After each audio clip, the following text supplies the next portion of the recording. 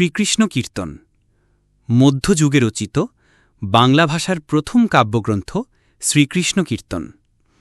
শ্রীকৃষ্ণ কীর্তন গীতি আলেখ্য রাধাকৃষ্ণের প্রণয়লীলা এর বিষয়বস্তু।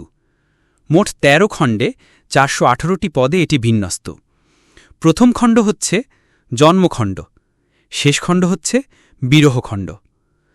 শ্রীকৃষ্ণ কীর্তনের মূল কাহিনী ভাগবত থেকে নেওয়া হলেও এতে বিভিন্ন পুরাণ এবং জয়দেবের গীতগোবিন্দের প্রভাব রয়েছে।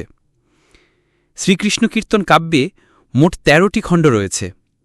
এগুলো হল ১ জন্মখণ্ড, ২ তাম্বুলখণ্ড, ৩ দানখণ্ড, ৪ নৌকাখণ্ড, ৫ ভারখণ্ড, ৬ ছত্রখণ্ড, ৭ বৃন্দাবনখণ্ড, ৮ কালীয়দমনখণ্ড, ৯ যমুনাখণ্ড, ১০ হারখণ্ড, ১১ বানখণ্ড, ১২ বংশীখণ্ড ও ১৩ বিরহখণ্ড। শ্রীকৃষ্ণ কীর্তন কাব্যের প্রধান চরিত্র তিনটি: ১ কৃষ্ণ বা পরমাত্মা, ২ রাধা বা জীবাত্মা, ৩ বড়াই বা এ দুয়ের সংযোগকারী অনুঘটক বা দূতি।